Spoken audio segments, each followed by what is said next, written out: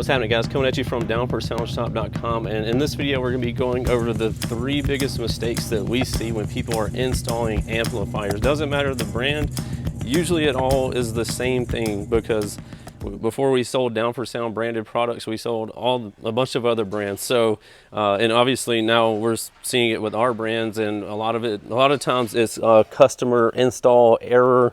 So we're here to help educate people, to help them. I mean, this can, like I said, be applied to Down for Sound products, obviously, but any other amplifier too, so you get the best experience, not just with our amplifiers, but other amplifiers as well. So this one came up recently, but I've seen it so many times. This is going to fall under like settings, how, like you doing the install or whatever. So if you look on the end of this amplifier right here, so the biggest problem that we get from people are like, hey, and I just shared it on my Facebook not too long ago, like a customer contacting, I want to send this piece of junk back. It's brand new, I just got it, like everything looks perfect, I've been installing for so many years and it won't even make any sound, like blah blah blah, like just going off on us. And I'm like,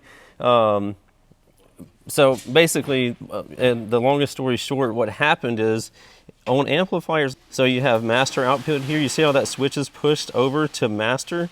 That means this amplifier would normally be strapped to this amplifier if you're doing like strapping amps together. So this one would be in master, and this one on the top would be in slave. So again, bottom one master, top one slave. So the master one would be telling the slave amplifier what to do, essentially joining the 2 amps together in one. So you're just controlling it off of the one amplifier. But well, the problem is it can happen in shipping, or it can happen when the amplifier is being tested at the factory, whatever. The amplifier gets left in slave mode. So when it's in slave mode and you're only running 1 amp, it's not going to do anything because it's not getting told what to do. It's waiting to be told what to do by the master amplifier, but since there's not a master amplifier attached to it, it's not going to put out anything. So anyway, so many times this happens where people, like, we're like, hey, have you checked the master and slave to make sure it's a master? And they message us back, oh, sorry, I just flipped it over there and it's working flawlessly. So that's going to be a very big one that we're going to put out there first. And then the second one we're going to have is electrical. So you want to make sure that you have proper electrical to run your amplifiers, because most of the time you are good to, we'll just use vaguely 1,000 watts on a factory electrical and still get pretty good performance out of an amplifier. So anytime you go past that, you need to upgrade your electrical to be able to deal with the current, the added current draw of a bigger amplifier. So that's the second thing. So some of our amplifiers, for instance, like this JP43, you see how it has the 2 0 gauge here? It needs to have, just like you see here, dedicated runs coming to the positive and the negative. You don't need to do this. This happens as well. You'll have somebody use like a 4 gauge to the power, and then they'll put another wire jumping over to here. Do not do that. That's insanely bad. Don't. So same thing with our amplifiers with triple inputs, whatever. Don't jump from one input to the other. You're going to blow your amp up and you're going to say it's a crappy amp, blah, blah, blah. Last thing, maybe it should have been the first thing, ventilation.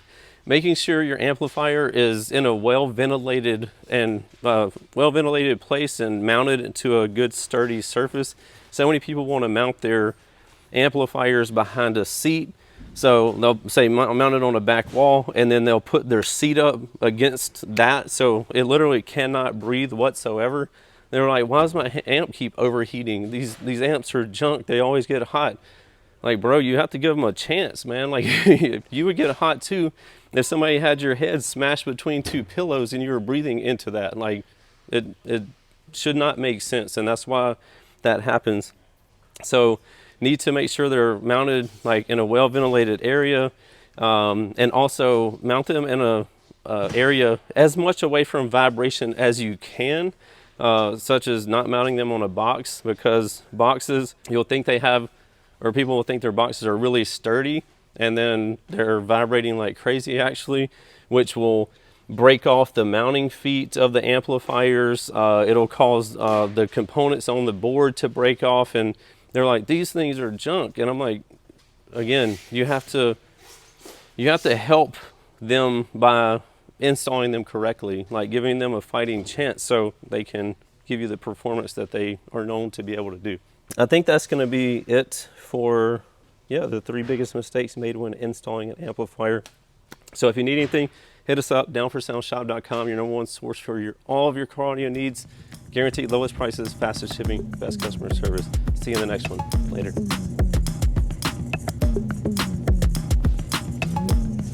What's happening, guys? If y'all enjoyed all the hot content that you saw in that video, be sure to follow me on YouTube, Facebook, TikTok, Instagram under the Lifer Price, and also Down for Sound Shop on Facebook and Instagram. And don't forget Snapchat. I'm JPD4S on there, so be sure to check me out there. We'll see you in the next one.